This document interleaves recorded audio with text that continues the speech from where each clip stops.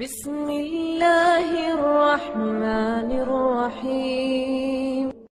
بسم اللہ الرحمن الرحیم۔ لمحہ فکریہ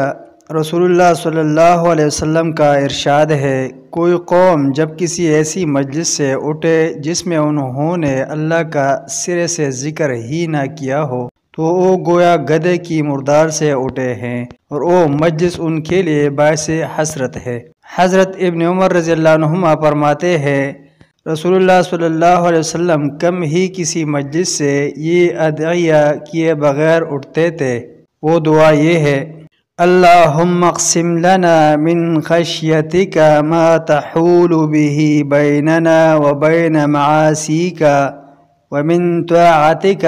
ما تبلغنا به جنتک ومن الیقین ما تحون به علینا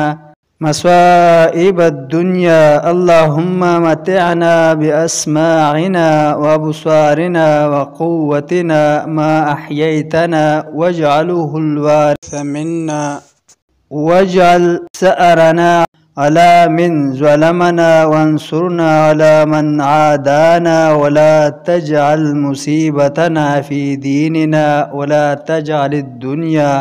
اکبر ہمنا ولا مبلغ علمنا ولا تسلط علینا من لا يرحمنا۔ اے اللہ، ہم میں تقسیم کر دے اپنی خشیت جو ہمارے اور ہمارے گناہوں کے درمیان حائل ہو جائے،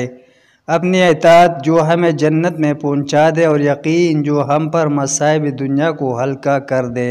اے اللہ، تو جب تک زندہ رکھے ہمیں ہمارے کانوں، آنکھوں اور قوت سے فائدہ پہنچا، اور اسے ہم سے موروثی بنا جو ہم پر ظلم کرے،